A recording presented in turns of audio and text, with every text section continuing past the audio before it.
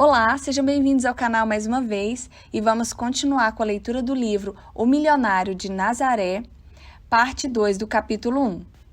Como as fórmulas de prosperidade de Jesus ajudaram o empresário a progredir. Jesus disse: "Vocês não podem servir a Deus e ao mamão", pois sabia que o termo grego mamão significa as riquezas consideradas como objeto de adoração ou um falso Deus. As pessoas que servem ao mamão afastam Deus de suas questões financeiras e tentam seguir em frente sozinhas. Quando nos damos conta de que Deus deseja a nossa prosperidade, que Ele, como Criador desse rico universo, é a fonte de nossa abundância, esquecemos o mamão e não criamos um falso Deus de prosperidade. Agindo assim, escolhemos clamar pela próspera herança, a fonte divina de todas as nossas bênçãos. Recebi o seguinte relato de um empresário da Pensilvânia. Anos atrás, minhas finanças iam mal. Estava sofrendo instabilidade em meu trabalho e as dívidas não paravam de chegar. Mesmo quando o dinheiro entrava, não dava para muita coisa. Desesperado, escrevi a seguinte afirmação em um papel e coloquei-a dentro da pasta onde guardavam as contas. Minhas provisões vêm de Deus e estarão sempre comigo, onde quer que eu esteja. Desde então, tenho escrito essas palavras para todas as dívidas que possuo. A boa notícia é que nunca mais nos faltaram recursos. Sempre temos o suficiente para atender às nossas necessidades. Como as fórmulas de prosperidade de Jesus ajudaram a autora a progredir. Logo após me tornar viúva, tendo um filho pequeno para educar, orei muitas vezes pedindo orientação sobre como poderia prosperar. Durante 2 anos, a única resposta para minhas preces vinham das promessas de Jesus. Portanto, não se preocupem dizendo como vamos comer, que vamos beber, que vamos vestir, pois os pagãos é que correm atrás dessas coisas. Mas o Pai Celestial sabe que vocês precisam delas. Busquem, então, em primeiro lugar, o reino de Deus e a sua justiça, e todas essas coisas lhes serão acrescentadas. Quando finalmente comecei a compreender nas suas palavras que deveria buscar primeiro o reino interno das ricas ideias divinas, iniciei meus estudos sobre o cristianismo prático e passei a usar o poder do pensamento próspero. Aos poucos, todas essas coisas foram acrescentadas à minha vida. As orações daquela época começaram a ser ouvidas e, ao longo do caminho, descobri que os ensinamentos de Jesus estavam carregados de prósperos poderes. Durante aquele período sombrio, também pude constatar que as maiores promessas de Jesus eram de prosperidade. Dentre elas, acredito que as seguintes afirmações sejam especialmente inspiradoras. Tudo que pertence ao Pai é meu. João 16,15. Eu vim para que tenham vida e a tenham plenamente. João 10,10. Naquele dia, vocês não me perguntarão mais nada. Eu lhes asseguro que meu Pai lhes dará tudo o que pedirem em meu nome. Até agora, vocês não pediram nada em meu nome. Peçam e receberão, para que a alegria de vocês seja completa. 16, 23, 24. Encheu de coisas boas os famintos. Lucas 1:53. Tudo o que pedires em oração, creiam que já o receberam, e assim lhes sucederá. Marcos 11:24. Nada lhes será impossível. Mateus 17:20. Peçam e lhes será dado. Busquem e encontrarão. Batam e a porta lhes será aberta. Pois todo o que pede, recebe. O que busca, encontra. E aquele que bate, a porta será aberta. Mateus 7, 7, 8. Se vocês permanecerem em mim e as minhas palavras permanecerem em vocês, pedirão o que quiserem e lhes será concedido. João 15, 7. O que vocês pedirem em meu nome, eu farei. João 14, 14. Tenho-lhes dito estas palavras para que a minha alegria esteja em vocês e a alegria de vocês seja completa. João 15, 11. Por que Jesus enfatizava tanto a prosperidade? Os 4 evangelhos estão cheios de boas novas sobre a prosperidade e há razões para isso. Primeira, Como já dissemos anteriormente, os pobres eram desprezados na época de Jesus. A pobreza era considerada maldição, enquanto a riqueza era uma bênção espiritual. Desorganizadas e sem líder, as massas sofriam com sua triste condição econômica. Pareciam indefesas para protestar contra o injusto sistema de impostos cobrado pelo governo romano ou para se revoltar contra ele. O mundo lhes parecia um lugar sem esperança, onde conseguiam esquecer suas misérias apenas com a crença de que encontrariam conforto na vida após a morte. Jesus surgiu para mostrar a seus seguidores que o reino de Deus estava ao alcance de todos, dentro de cada um. Ressaltava que ninguém precisaria esperar o futuro para colher as bênçãos da vida. Através de seus diversos milagres, parábolas e promessas, Jesus buscou ensinar as boas novas sobre a plenitude, que todos poderiam obtê-la naquele momento. Segunda, havia outra razão para a ênfase dada por Jesus para o fato de que a verdadeira prosperidade devia ter base espiritual, de que o homem deveria buscar a Deus para pedir por orientações e provisões. Os romanos não eram rígidos em exigir que seu povo obedecesse às leis judaicas. Apenas pequenas cidades, vilarejos e comunidades da Galileia ainda preservavam essa identidade. Isso significa que muitos judeus descuidaram do pagamento de seus tributos a Jerusalém e da obediência aos métodos espirituais que os teriam ajudado a prosperar e os orientado independentemente da situação política que viviam na época. Jesus chegou para lembrá-los de que deveriam priorizar Deus em suas questões financeiras, obedecendo às leis da doação de sua própria religião, se quisessem ser bem-sucedidos em suas vidas, não importando se essa seria uma exigência dos romanos ou não. Em toda a história dos hebreus, seu hábito de compartilhar dinheiro lhes trouxe paz e plenitude. No Antigo Testamento, acreditava-se que o pagamento do tributo purificava o indivíduo dos pecados e o livrava de doenças e até mesmo da morte. Durante aquela época, a doação era considerada a fortaleza das riquezas do povo hebreu, ou ainda o segredo maior de sua vasta fortuna.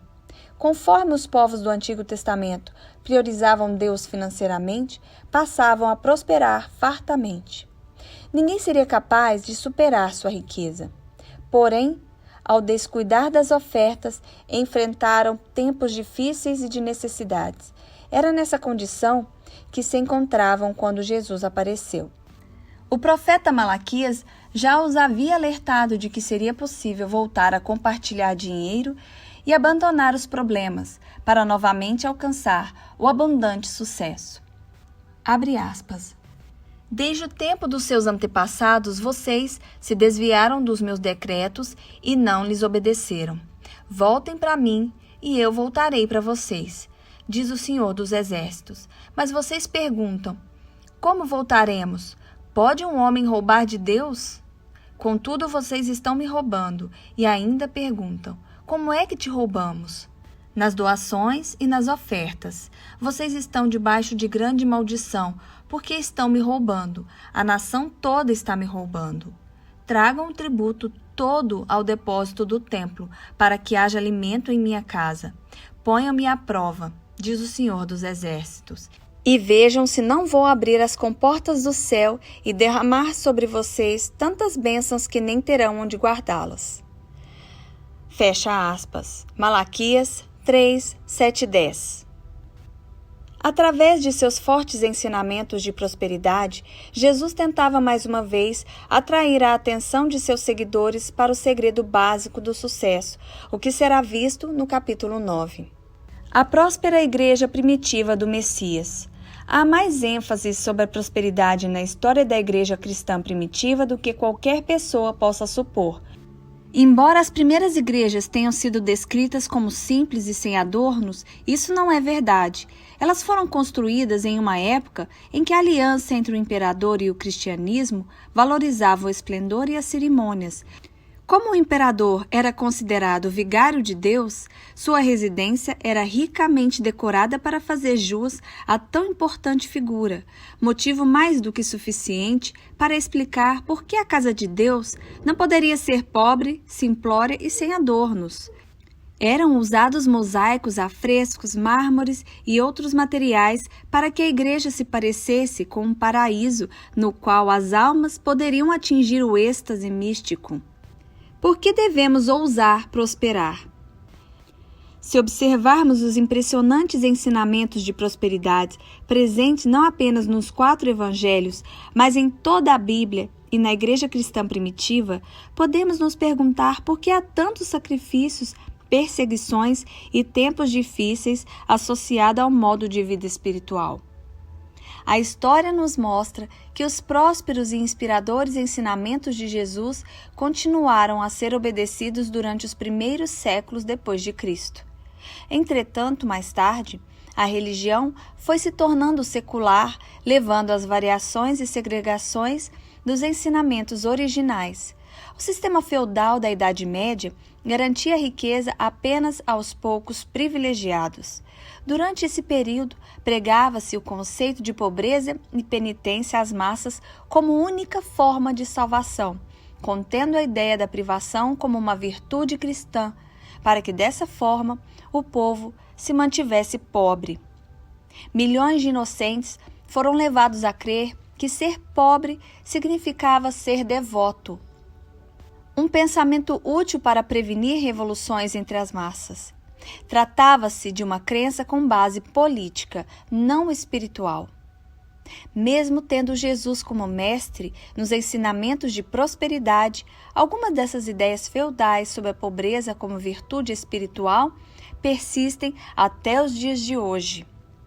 Quando criança, ouvia sempre as pessoas dizerem: "Sou pobre, mas sou um bom cristão." Essa afirmação faz parecer que todos os ricos estejam fadados ao inferno apenas por serem prósperos. Atitudes como essa sempre me incomodaram. Minha reação silenciosa sempre foi: por que os cristãos ou qualquer outros grupos têm que ser pobres? Deus é nosso Pai amoroso e não é pobre, muito menos mesquinho. Muitas vezes, supõem que Jesus aprovasse a pobreza por passar tanto tempo em meio aos menos favorecidos. Mas o que desejava apenas era ajudá-los a seguir a consciência de abundância universal. Pelos padrões de Jesus, não seremos bons cristãos se formos pobres. A pobreza é uma forma de sofrimento causada pela cegueira humana em relação à abundância universal de Deus. O desejo do Pai amoroso para todos nós é que obtenhamos bens ilimitados, não apenas meios para sobreviver miseravelmente. Não se pode ser plenamente feliz sendo pobre, e ninguém precisa disso. Ser pobre é um pecado. É um prazer para o Pai nos proporcionar o reino da abundância. E recebê-lo também deve nos fazer bem. Conforme dito anteriormente, o termo riqueza significa prosperar. Eram essas ideias que Jesus pregava, uma filosofia de abundância capaz de nos proporcionar o melhor que podemos imaginar. Ninguém deve passar a vida como mendigo, se pode ser rei. Portanto, ouse prosperar. Como o carpinteiro de Nazaré pode fazê-lo prosperar? Os primeiros anos da vida de Jesus são bastante significativos. Nazaré, a cidade em que passou sua infância, era um vilarejo da Galileia. Aquela área próspera simbolizava a energia, a vida e a atividade do homem externo, e que trabalhava em conjunto com a substância ou a base de todas as riquezas do homem interno, com o intuito de atingir a prosperidade. Nazaré era considerada uma comunidade simples, mas foi nessa vila comum que Jesus se tornou adulto. O que nos enche de esperança, pois Nazaré representa a trivialidade da mente humana. É em lugares comuns de desenvolvimento ou em circunstâncias simplórias como essas que a próspera verdade aparece. Primeiramente em nossos pensamentos e em seguida em nossas vidas. Eu me conscientizei sobre essa verdade quando era ainda uma simples secretária no mundo dos negócios. O termo Nazaré significa ramificação, desdobramento, renovação, assistido, guardado. Normalmente, é essa primeira verdade que assistimos, guardamos e secretamente pensamos a respeito e que, por sua vez, cresce, expande-se e nos leva até bens maiores do que jamais pudemos prever. No entanto, tudo pode começar em nossas experiências mais ordinárias. Nazaré foi desprezada ao longo da história. Nazaré? Pode vir alguma coisa boa de lá? Era a atitude mais comum da época. É possível que algo de bom advenha de suas experiências desprezadas do passado ou do presente? Sim, pois o carpinteiro, nascido em berço tão reles, surgiu para abrir nossos caminhos para que nos conscientizemos sobre a prosperidade universal. Um carpinteiro é alguém que constrói ou conserta, alguém que converte ideias e pensamentos em algo visível. Ao conhecermos os métodos de prosperidade empregados por Jesus, poderemos consertar nossas vidas ou até mesmo construir uma nova, transformando ideias e pensamentos em formas visíveis conforme a necessidade. Dessa maneira, nos sentiremos milionários, pois teremos vivenciado uma maior abundância e felicidade. Lembre-se de que a palavra milionário, em sua raiz, também significa abundância e felicidade. O primeiro segredo de sucesso do milionário de Nazaré. Eis o primeiro segredo de sucesso do carpinteiro de Nazaré, que se tornou o Senhor da plenitude. Um segredo que poderá lhe ajudar a consertar sua vida, ou até mesmo construir uma nova. Não há nome com mais conquistas colossais como o nome Jesus Cristo. O poder dessas conquistas existe em todos os níveis para os que invocam esse nome. As mais poderosas vibrações são ativadas ao pronunciarmos o nome Jesus Cristo. Esse nome tem o poder de moldar a rica substância do universo em bens definidos e visíveis. Ao ser mencionado, move as forças que podem trazer resultados prósperos às nossas vidas. Como outras pessoas se beneficiaram com o místico método de prosperidade. Somos prósperos ao obtermos paz, saúde e plenitude em nosso mundo. Ao pronunciar o nome Jesus Cristo, podemos vivenciar a paz, a saúde e a plenitude ainda maiores como desejamos. Eis como outras pessoas procederam. 1. A prosperidade em forma de paz, como a paz e a harmonia, foram restabelecidas em um escritório na Califórnia. Há cerca de um mês, escrevi ao seu pastor pedindo-lhe que orasse por nosso escritório, que sofria diversas mudanças e conflitos de personalidade. A senhora sugeriu-me declarar diariamente: Jesus Cristo está no comando durante as 8 horas de trabalho deste local. Alegro-me em informá-la que funcionou. A paz e a harmonia foram restabelecidas. As mudanças necessárias estão sendo realizadas discreta e eficientemente. Os funcionários que antigamente não cooperavam também se acalmaram ou se transferiram para outro local. Foi uma experiência gratificante aprender a lidar com essa situação com sucesso e com outras que ainda possam surgir. 2. A prosperidade em forma de saúde, como a cura ocorreu em Nova York. Um pastor escreveu: um cavalheiro procurou o culto de cura da nossa igreja. A congregação cantou: Jesus Cristo nos cura, portanto, levante-se e ande. O homem levantou-se de sua cadeira de rodas e saiu da igreja caminhando e cantando essas palavras de cura. 3. Letra A. A prosperidade em forma de plenitude. O poder próspero encontrado em nome de Jesus por uma dona de casa na Pensilvânia. Depois de invocar o nome de Jesus Cristo, minha mãe finalmente recebeu os $150 referentes aos danos que foram causados em seu automóvel. Além disso, as setas traseiras foram trocadas por apenas $2, quando diversos mecânicos haviam cobrado $50 ou mais pelo conserto. Quanto mais eu medito sobre o nome Jesus Cristo, mais me sinto segura e tranquila. Sou grata por ter conhecido o poder próspero que posso obter ao invocar esse nome. B. A prosperidade em forma de plenitude. Como um professor afastado do cargo, prosperou no campo imobiliário do Texas. Graças ao que li em Leis Dinâmicas da Prosperidade, sou um professor que conseguiu retornar à faculdade, obter um segundo diploma e se tornar professor universitário. Porém, mais tarde, tive uma surpresa. Após 7 anos de dedicação, fui demitido, ou pelo menos foi o que pareceu. Depois de algum tempo, dei-me conta de que aquele trabalho havia me deixado para que eu encontrasse algo melhor. Antes de minha demissão, havia adquirido 57 acres de terra. Com apenas $2.500, pedi o restante emprestado para dar de entrada. Minha dívida total era de $60 mil. Embora não soubesse muita coisa sobre investimentos em terras, decidi que era o que deveria fazer naquele momento. Então, passei a declarar diariamente: Jesus Cristo está no comando de meus negócios imobiliários e eles fazem com que eu prospere agora, graças a Deus. Os resultados? Senti que deveria subdividir minhas terras e vendê-las para proprietários de trailer. Aquelas palavras me ajudaram de todas as formas, na topografia, nos procedimentos legais, na construção de estradas, no encanamento e nas vendas. A mesma oração mostrou-me como recolher pagamentos, preencher minhas próprias notas e elaborar contratos de vendas. Não perdi nenhum centavo durante todo o processo.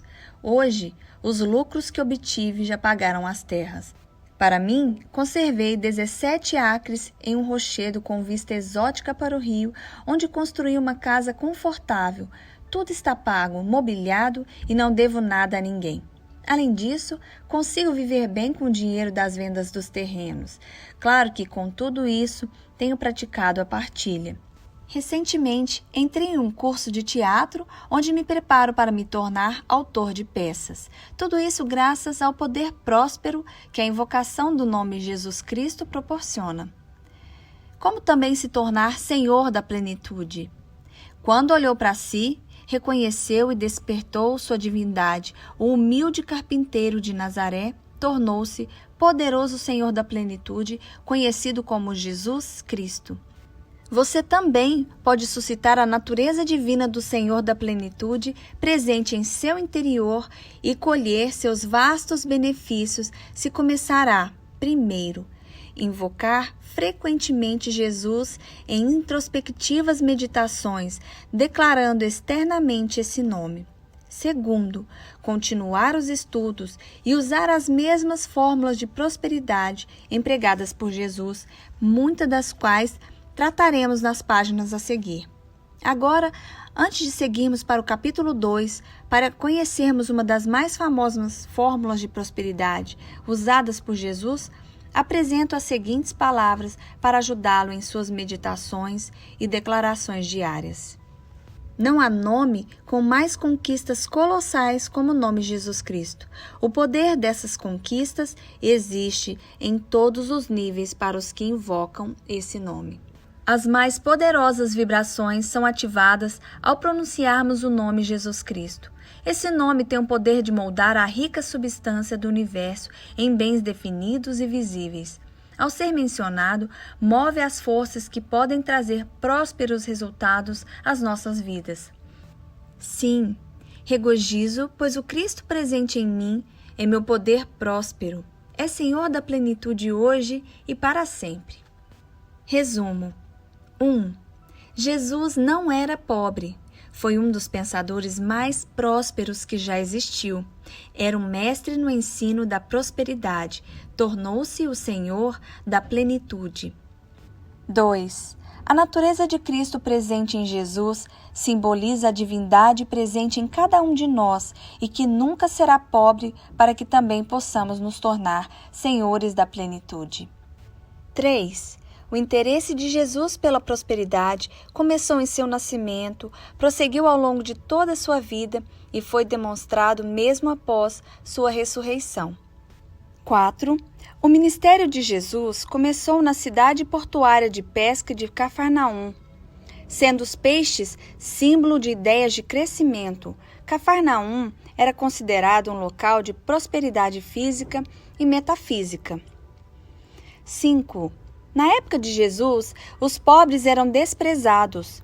A pobreza era considerada maldição, ao passo que a riqueza era tido como bênção espiritual. 6. Jesus aprovava a riqueza obtida honestamente. Não hesitava em usar seus mais profundos poderes para promover a prosperidade na terra. 7. Através de seus diversos ensinamentos de prosperidade, Jesus ressaltava as boas novas sobre a plenitude, que ninguém precisaria esperar o futuro para colher as bênçãos da vida, que todos poderiam obtê-las naquele momento. 8. Enfatizava-se bastante a prosperidade nas igrejas primitivas. Apenas séculos mais tarde, e por razões políticas, foi pregada às massas a falsa crença de que ser pobre significava ser devoto. 9. Jesus nasceu em Nazaré, que representava a trivialidade da mente humana, na qual a verdade próspera aparece. Jesus, como carpinteiro, simboliza alguém que converte ideias e pensamentos em algo visível conforme a necessidade. Ao conhecermos tais métodos, poderemos vivenciar uma maior abundância e felicidade, que é exatamente o que o termo milionário significa. 10. Eis um dos primeiros segredos prósperos do milionário de Nazaré. O nome de Jesus Cristo tem o poder de nos moldar à rica substância do universo em bens definidos e visíveis. Ao ser mencionado, move as forças que podem trazer resultados prósperos às nossas vidas. Fim do capítulo 1. Eu espero que vocês tenham gostado. Muito obrigada a todos e até o próximo capítulo.